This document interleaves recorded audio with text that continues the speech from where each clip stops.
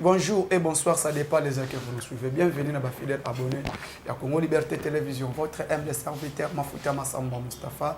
Tu es tout sur la Nabino, c'est l'actualité politique. Pour les Okolekana Katambo Kanabiso. Na Pesibino Nyoso Tumbote, Obolanda Rabiso, Obopesa Anga Confiance.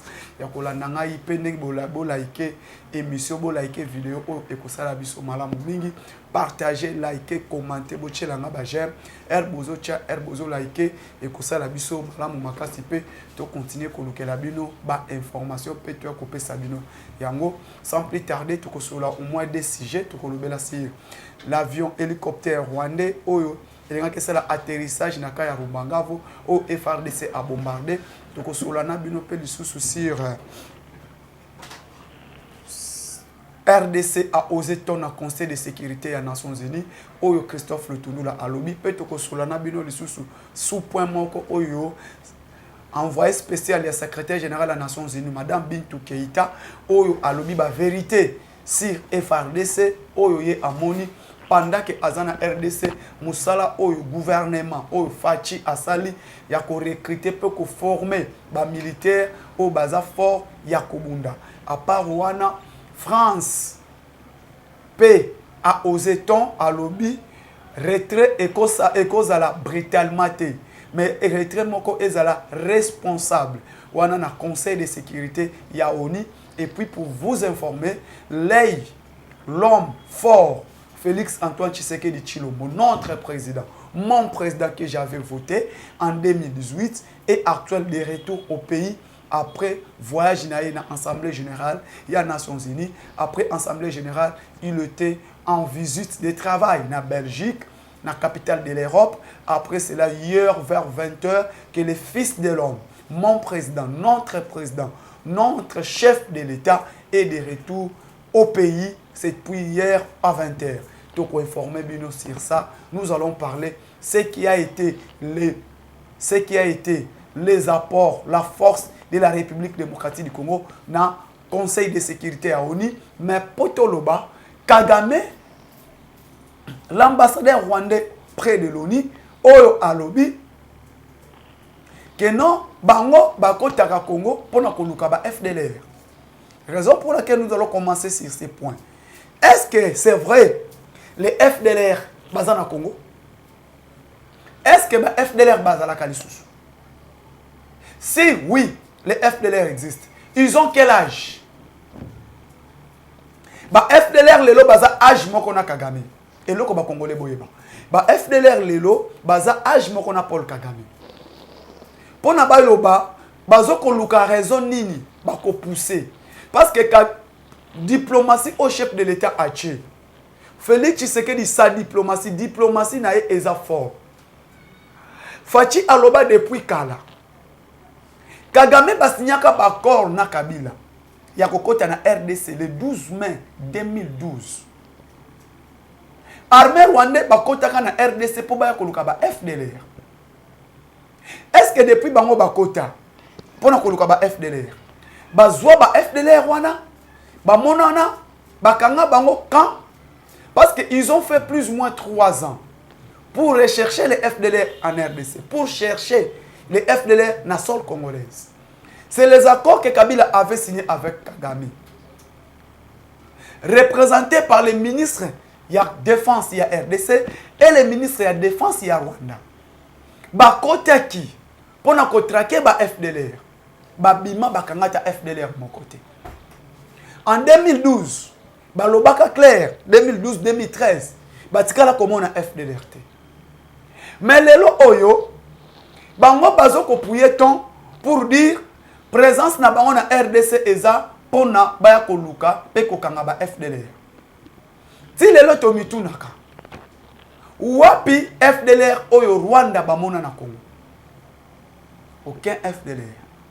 Siko lelo balobi toza na RDC parce que ba FDLR bazakuna ba FDLR bazo menacer sécurité na Rwanda. Que les FDLR sont en train de menacer la sécurité au Rwanda. Bala kisabiso année na jour na date na minute na heure. O ba FDLR basala incursion na Rwanda. Jour où FDLR basala incursion na kati ya Rwanda. Il n'y a aucune incursion. de FDLR au Rwanda. Mais les lois FDLR, ça la grande inquiétude de la RDC. Menace la sécurité de la République démocratique du Congo. Aucun jour les FDLR ont menacé la sécurité au Rwanda. Aucun jour FDLR ba bomba ba Rwandais na Rwanda. Mais FDLR ne ba ko menacer biso. Or les lois France au hasard injuste vis-à-vis du Conseil de sécurité. Au France a lobby que retrait yaba MONUSCO ezala responsable. Qui a dit que les retraits sont irresponsables? Nani a ebisi Macron, nani a ebisi Bango que les retraits de la MONUSCO au Congo sont irresponsables. Non, les retraits a été toujours responsable. Pourquoi? Parce que biso tomoni lelo, nous avons une armée fort et capable d'assumer la sécurité en Mboka na biso. Raison pour laquelle Tolobi était se retirer na Congo. Parce que présence na bango eza malamute. Présence ya bango na kati ya RDC ezo ko engager kimia na Mboka na biso te. Raison pour laquelle Félix Tshisekedi alobi, il faut que banani ba MONUSCO se retirer. Le gouvernement a montré que nous avons maintenant une armée capable, fort. Il y a quoi si sécurité, il y a peuple congolais. Raison pour laquelle vous devez vous retirer de la République démocratique du Congo. Tondima ki ba FDLR baïba, tondima ko yamba ba Rwandais, na kati mboka na biso, na accord turquoise. Si aujourd'hui les FDLR ou Kagame Azolobela, c'est parce que en 1994 nous avons accepté Yakoyamba Barwande na kati mboka na biso. Combien de fois tu as mis ça bango baya? Félix Tshisekedi azalaki si sérieux. Baya bakota pe baluka ba FDLR. Bakanga nani? FDLR nini o Barwande ba monaki na mboka na biso? Personne. Babima ba mona bangote. Baburunde bandima bakota ki na mboka na biso to signa ki na gouvernement na biso. Félix Tshisekedi a accepté que l'armée burundais bakota baya na cadre de la force régionale ya EAC pour chercher les FDL, les étoiles. Bamonaki ayaki. Le problème est fini. Mais pourquoi seulement vous les Rwandais? Pourquoi seulement le régime ya Kagame? Mutu bazo créer insécurité na kati ya mboka na biso. Le long est long que non, la République démocratique du Congo, les M23 sont des Congolais. Et pendant que les M23 sont des Congolais. Et le M23 ba Congolais, et comme il dit que non, biso tozakuna, parce que ba FDLR ne bazo consommer insécurité na Rwanda. Au moment que non, Kagame n'est pas sérieux. Kagame a sérieux na malobanae. Démontrez-nous où sont les FDLR. Et puis ba FDLR en haut, El Bakotaka et le lot. 30 ans. De 94, de 93 à 2023. 30 ans. FDLR a causé âge nini le pour créer insécurité na Rwanda. Parce que na temps au bango bazolo bela bazaki na âge nini. Et aujourd'hui, il n'y a aucun FDLR en République démocratique du Congo. Ba FDLR o yazolo bela, ba bande kona bango moko ba Rwandais. Le Kola biso tondimaki. La responsabilité congolaise, nous-mêmes, nous acceptons. Vous devez partir. Et nous-mêmes, maintenant, nous sommes capables, pas question de négocier, il faut aller en guerre avec les Rwandais.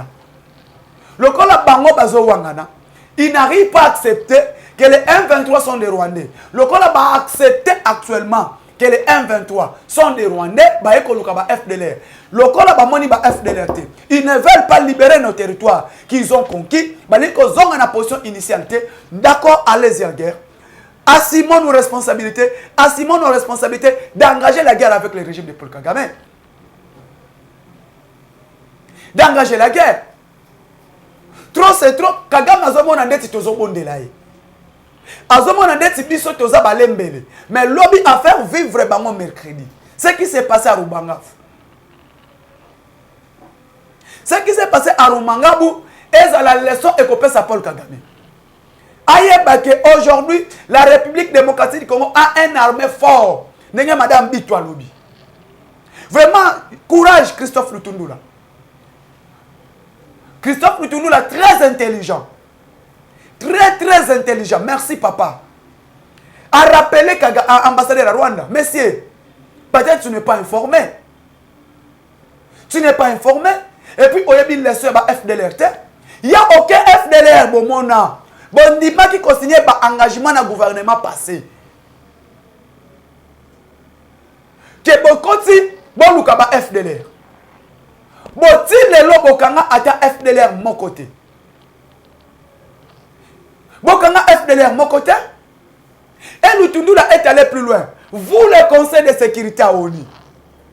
Bon préparer batunabino baya na kati ya RDC. Baya soki ba komona ba FDLR.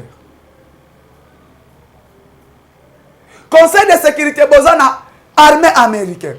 Bozana armée russe. Bozana armée française. Bozana armée anglaise. Tout vous êtes là. Vous le conseil de sécurité. Envoyez vos membres. Même il y a Union africaine. Botinda na Congo. Baya koluka ba FDLR. Si c'est vrai, ba komona ba FDLR. Au moins que bazangi na réseau ya koluba. Ah Lutundula. Lutundula, merci. Vraiment Fachi oponaki mutu ya kotinda. Papa Lutundula, félicitations. Ozana soutien. Voilà les ministres Congo pour bazala na Congo. Na grandeur ya RDC, il faut un ministre qui sait parler. Lutundula est clair. Envoyer, créer une équipe capable, ya ba vérifier si c'est vrai, ba comment on a ba FDLR. Ba FDLR bazala soutien. Lelo obiso sécurité Congo est menacée parce que ton dimaka to collaborer na bino. Quand il y a eu massacre de Kigali, le massacre de Tutsi, ce n'était pas le massacre de Tutsi, c'est le massacre de Hutus parce que vous avez tué vos propres frères les Hutus. Il n'a jamais été génocide au Rwanda. On est un génocide. Bino moko ba Rwandais. Il n'a jamais été génocide de Tutsi. Vous acceptez qu'il Kagame a accepté de tuer les propres frères, les vrais habitants de Rwanda, les Hutus. Et comment on est la mort en Assemblée générale. Ce qui me dit oh non, les massacres, bateau baboma bateau bakima na RDC. Et si ka Azula a raison que bateau baboma ba oyo bateau surtout sont au Congo, qui les FDLR. Maintenant les Congolais, ba babomi 10 millions de Congolais sont où? Ils sont où? Ils sont au Rwanda. Rwanda va assumer. Les Rwandais vont assumer. Dès que Christophe Lutundula a lobby, c'est le moment, avant qu'il soit trop tard, l'armée russe, l'armée américaine, vous le conseil de sécurité, assumez-vous avant qu'il soit trop tard. Et pourquoi d'assumer? Parce que quand le Congo va s'élever pour défendre son territoire, pour attaquer l'armée rwandaise, pour attaquer les Rwandais, bon le bâté génocide. Alors c'est le moment, appelez Paul Kagame de retirer les M23. Avant qu'il soit trop tard. Toye koye bisabino, conseil de sécurité. Toye déjà koye bisabino, bino ba français. Bino ne bozo collaborer na Kagame. Bino ne bozo collaborer na Kagame. Bino ne bozo ko armer Kagame. Avant qu'il soit trop tard. Avant qu'il soit trop tard, avant biso to agir. Kagame a retiré Batunaï. Azo a raison que ba FDLR bazana RDC. FDLR azati. Lelo oyo biso ba Congolais tozo konyo koma na sécurité na biso parce que ton dimaki to yamba ba Kagame. Parce que ton dimaki to yamba bino ba Rwandais. Lokola que ton dimaki na accord turquoise. France a imposé Kibiso. France mutu a imposé Kabiso accord turquoise. Tondima to yambaki ba FDLR. Mais ba FDLR wana ba bomana no Rwandais mon côté. Ba FDLR wana nana basala incursion na Rwanda te. Mais ba FDLR bazoboma ba bomi ba Congolais. Et lelo ba FDLR bazala asouté. Lelo Okaga mazozo a raison que ceux qui boye parce que ba FDLR ba kima na RDC o ba menasaka armée rwandaise. Na wamingi. et vous, le Conseil de sécurité à ONU, vous acceptez ce que Kagame vous dit. Aujourd'hui, la France a accepté de coopérer avec les Rwandais. Il y a qu'on mobiliser l'Union européenne, a mobilisé le budget, après sa armée rwandaise pour abonder sa RDC. Mais France, Azala juste été vis-à-vis de l'ONU pour plaider la sanction de RDC. Aujourd'hui, nous les Congolais, nous sommes victimes par une agression. L'agression soutenue par qui? Par les Rwandais. Mes frères congolais, armée congolaise, lèvons-nous. Tozana batute obako lobela biso. France a derrière toujours le Rwanda. France a le banini. Retrait à MONUSCO est la responsable. C'est lui qui dit ça, c'est qui? C'est le président, les représentants français. Nassé Jaouni. France a dit son retrait à MONUSCO est la responsable. Est-ce que le lot vraiment? Pays ni au MONUSCO à Kenda au retrait na bango est la responsable. Qu'ils nous disent. Na Mali, MONUSCO balongwa na bitumba. Na Mali ba bengana bango ko bengana. Est-ce que na Mali MONUSCO alongwa d'une manière responsable? Alongwa d'une manière responsabilité. Est-ce que na Niger ba français ba bimi d'une manière responsable? Vous ba bengana ki bango ko bengana. Et maintenant chez nous, vous nous dites que nous devons collaborer ba bima d'une manière responsable. Non. Tant que vous avez bino bo se retirer. Bolingi kolongwa te. Et to ebisi bino bo bima. Parce que to lembi bino boyo sala et l'autre côté. Vous ne voulez pas. Ce qui se passe à Kibumba, ce qui se passe à Bunagana, Nani a signalé France, Nani a signalé l'armée rwandaise que les FARDC est prêt pour vous attaquer. Alors, c'est la France. Et ça va français. La France qui soutient le Rwanda. France a coopéré avec le Rwanda. Mais France a membre permanent au Conseil de sécurité à ONU.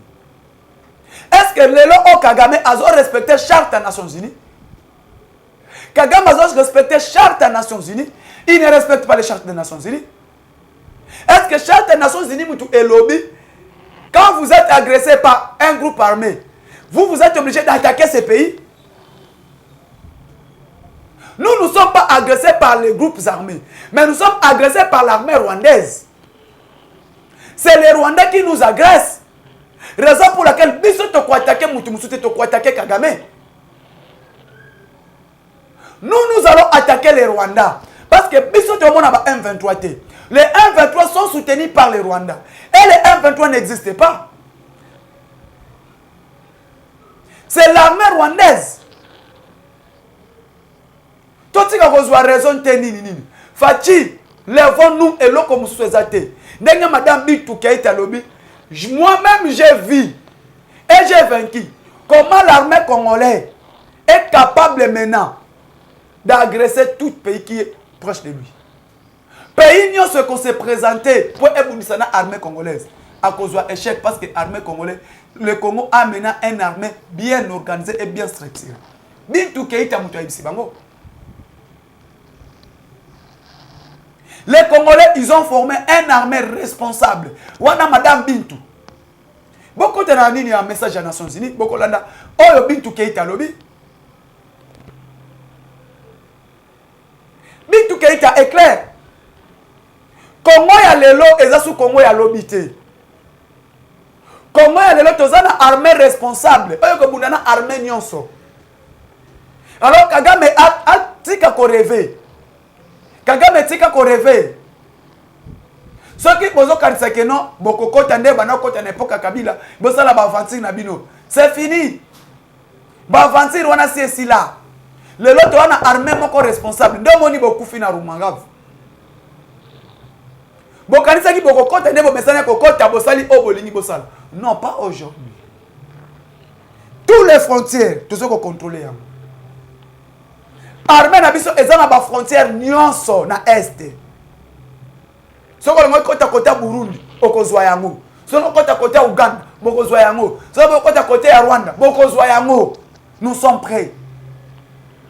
Nous sommes prêts à tout et pour tout. Et armée qui n'est pas Kabila au bana comment est là. Non, ce n'est pas aujourd'hui. Ce n'est pas aujourd'hui. Le lot tika ko rêver.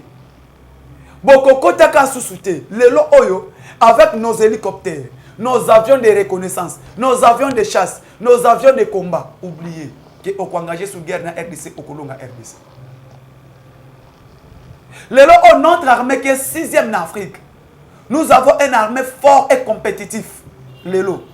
Tozana ba hélicoptère, tozana ba drone de combat. Et lelo oyo échec na bino bozuna Rumangavu, boya lisusu. Entre encore. Revenez encore. Au Kanisa qui est sakana na RDC. Tu pensais que jouer avec Félix Tshisekedi? N'osez même pas. Donc, beaucoup fiwana. Ezamouke. Avant qu'il soit trop tard, le Conseil de sécurité, vous les Américains, vous les Européens, vous les Russes, vous les Arabes, avant qu'il soit trop tard,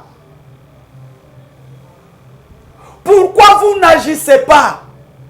Pourquoi vous n'agissez pas avant qu'il soit trop tard? Message à Christophe Lutundula. Le Conseil de sécurité, vous les conseils de sécurité, pourquoi vous n'agissez pas par rapport à ce qui se passe à l'est de notre pays? Aujourd'hui, il faut agir rapidement avant qu'il soit trop tard. Qui? Binomoko Boyoki.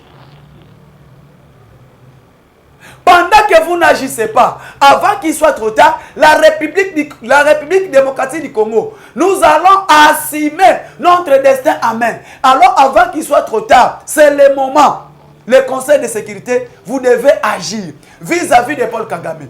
Pendant que vous n'agissez pas, quand la République démocratique du Congo va répliquer, ça sera déjà trop tard. Christophe Lutundula Palabé n'a pas là. Yango di bitumba oya este bande kolanga ba congolais. Tozo bundango deux versions. Il y a version militaire et version diplomatique. Sur le plan diplomatique, Félix Tshisekedi a choisi quelqu'un qui est capable, un diplomate bien formé, chevronné, qu'on appelle Christophe Lutundula Apalabe Napala. Moutete la solo. Congolais de père et de mère. Na conseil de sécurité à ONU. Aningisi Lokito, Christophe Lutundula. Vous n'agissez pas, vous dormez. Pendant que Kagame fait des incursions en RDC, vous ne parlez pas. Bozo pese conseillé, bozo lobapete. Alors, avant qu'il soit trop tard, la République démocratique du Congo va agir. Alors, réplique à RDC, et vous allez sans pardon. Au moment où vous allez sans pardon, te démontrer conseil de sécurité que l'hélicoptère oyaki et quitte sa militaire rwandais ba kita quitté ba zwaki lokito. Je vous informe mes frères congolais. Il y a des morts na Rwanda parce que avion wana ba beti yango biloko il y a des morts. To beti yango poto la sabon que ba épreuve o Kagame tindaki to bomi bango ba kufi na kaya Rumangavu et kita Lutundula a repéré bango. Il y a un hélicoptère. Il y a un Rwandais le mercredi vers 12h. A rappelé le Conseil de sécurité à ONU. Et leur ambassadeur rwandais, oh non, il y a des FDLR. Non, il n'y a pas de problème de FDLR ici. Tu es au traité de dossier à M23. Le M23 RDF. Bah M23 bazaba rwandais. Bah RDF bazaba militaire rwandais. Alors, bino bolobi était que non, problème il y a RDC et ça, RDC se collaborer na ba FDLR. Démontrez-nous où est le FDLR. Ndo moni ambassadeur ya Rwanda près de l'ONU a Suimini, Azagi Maloba. Ndo moni tina na zebsa bino. Bande konanga ba congolais. To pesa confiance na mwana mboka. Fachi Beton. To pesa confiance na mwana mboka Félix Antoine Tshisekedi Tshilombo. Diplomatie intelligent. Une forte diplomatie. Diplomatie agissante, très puissante sur le plan diplomatique. Papa, 4 ans. 4 ans. À lancer diplomatie à ma casse dans 2 ans. Et puis, Kagame Kangi Monoko. Et tu as la repère, ça va pas moutonner sur tout. Oyo Cheikh Kitundu était ministre des Affaires étrangères. En tout cas, la diplomatie au Lutundu la salité. Lutundu là c'est vraiment un vrai diplomate. Et puis à côté un président au hasard diplomate. Azo coaché Kendebol, Bemba Kendebol. So ba kebo toko ya boy. So ba bini boto bimana gauche toko bloquer bango. Maintenant voilà comment Fachi a bloqué Kagame. Le lot en France a osé ton. France au hasard allié ya taille à Paul Kagame. C'est la France qui parle au nom de Paul Kagame. Dans le Conseil de sécurité, Moutou o alobela Kagame, c'est la France et les Américains. Si qu'on a mini choyo, après sort na yango, ba sanctionner des militaires. Moko officier rwandais, moko officier à côté de M23. Non, c'est pas ça. Nous ne sommes pas d'accord avec ça. Nous voulons que les responsables, l'actionnaire de M23, ezam Moutou Moussou Souté. Bon sanctionner bino batouana te. Bon sanctionner les Paul Kagame et les Rwandais. Donc il faut sanctionner l'armée rwandaise. Bon, on va sanctionner les responsables numéro 1 du M23 qu'on appelle Paul Kagame et sanctionner l'armée rwandaise. Et là, on Yangwana. Parce que Kagame a sali crime contre l'humanité. Il y a un crime à génocide. Mais actuellement, Kagame a sali crime contre l'humanité. Dans la République démocratique du Congo. Crime à génocide et crime contre l'humanité. 10 millions de morts. Depuis Bitumba Rwanda, Est Bandi. Depuis Bitumba Rwanda, Banana 94.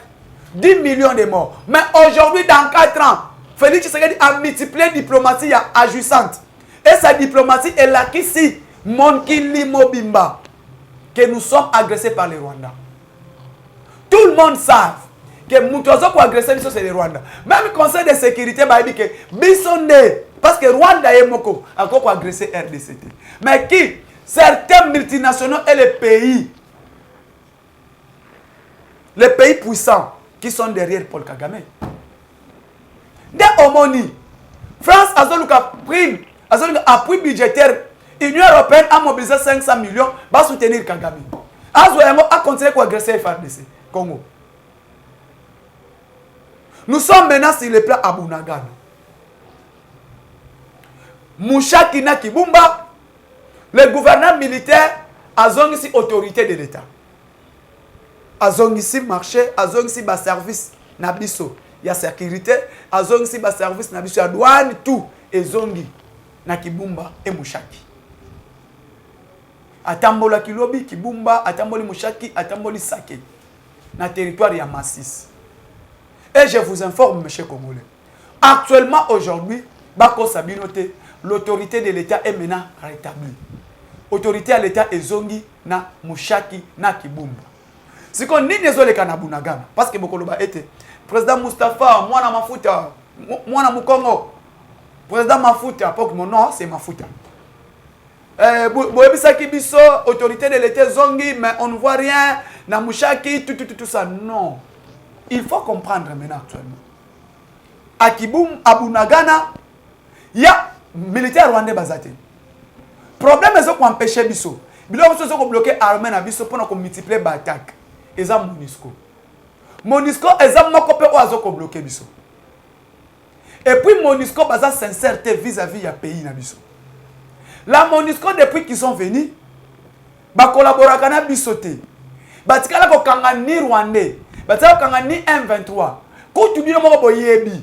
Actuellement, les années passées, et to kangaki ba preuve l'excès que nous sommes agressés par les Rwandais. Monisco awanganaka. Monisco awanganaka. Que to moni ni ba M23, to moni ni ba nini. Mais aujourd'hui, la Monisco a accepté, a affirmé que le Congo est agressé par qui? Par les Rwandais.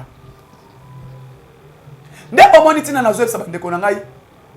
To continuer pour ça la confiance. Bunagana ba M23 baza soutien, FARDC pas à soutien. Là il y a force il y a EAC qui est là. Mais nous devons d'abord collaborer avec les EAC. Ndenge to ça qui na ba Burundi pour récupérer notre frontière de Bunagana. Ce n'est pas tout Bunagana exact occupé par l'armée rwandaise. Mais ces frontières-là, place ma service, oyo, et sengi, y a douane, y a banini, tout est zalaka. Place on a des choses qui empêcher biso. Mais au moment où je vous parle, chers Congolais, chers diaspora, sachez-le bien que maintenant notre pays, l'union surtout. Donnons confiance à notre armée. Bande konangai eza mawamiki. Mamozo le canari jinezo. Madame, Excellence, la distinguée première dame. Litia Fondation DNT, Fondation Denise Nyakero Tshisekedi. L'un des piliers ya Lituana est la discrimination. Et qu'on lutte contre la violence faite à la femme et la discrimination de la femme. Madame la distinguée première dame. Balit bitumba oyozo bunda. Et harcèlement sexuel. Le long a régi des eaux, le directeur général adjoint. Aouti kolongo la travailleur moko ya mwasi po asengi nzoto na ye. C'est Jean, monsieur, le directeur général adjoint Jean Bosco Mwaka. Asengi Madame Jacqueline son corps.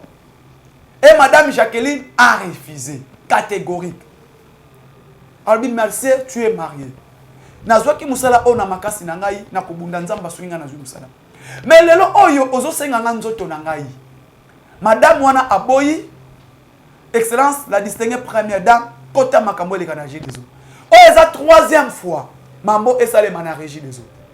Ke bakonzi bazo senga basi banzoto. Madame Jacqueline balongoli na musala po aboyi kopesa DGA. Mais c'est Jean Bondo mwaka nzoto na ye. Aboyi kopesa nzoto abengani ye na musala. Vraiment nous sommes déçus de ce qui se passe dans la régie des eaux. Et ça quatrième cas. Maman Eve Bazaïba. Je vous appelle, vous les femmes. Oyo, vous avez femme dans le gouvernement. Maman Eve Bazaïba. Maman Rose Moutoumou. Excellence Madame Adel Kainda Maïna. Excellence Madame Adel Kainda, régie des eaux, et ça moko ya ba entreprise à portefeuille à l'État. Et ça na compétence na yo. Est-ce que Maman Eve, Maman Adel Kainda, vous ne voyez pas ce qui se passe dans la régie des eaux? Une pauvre femme avec 8 enfants zoboko la bananaye. Pembe na ye na kitoko onzamba pesa ki. Ya mo sengi ke DGA, directeur général adjoint ya régie des eaux, alula kitoko na ye asenge nzoto. Lokola ye aboyi alongoli na musala, il est révoqué travail. Kota makambo régie des eaux. Madame Claudine Ndoussi, ministre du Travail, Kota Makambwana. Madame la ministre ya plan, Kota la Makambozo le canard régie des eaux. Pauvre dame est en train de souffrir avec les enfants. Pour le moment, elle a passé nuit dans l'église, dans bana 8. Pourquoi? Pour boy kopé sa madame, directeur général adjoint, Nzoto nae, babengani na musala na régie des eaux. Vraiment, bande konangai. Est-ce que pas déjà boy? Quand on les a continué, il y a un moment où on prenait état des droits. Le chef de l'État est en train de prôner masculinité positive. Masculinité positive. Et maintenant, harcèlement. Voilà et le cause de la régie des eaux. DGA, Jacques Bondo Mwaka, a commis que c'est un bassi, travailleur, il y a bassi à régie des eaux, banzoto na bango. Ce qui a longoli a rappelé arrête a longoli a tient mutu musus o azaso qui makamunae na place à Madame Jacqueline. Vraiment, nous sommes déçus que Tengi et le peuple congolais totalement. Et le cause de la régie des autres lignes en côté. Totalement, mon numéro plus de 143 89 86 52 097 plus de 143 89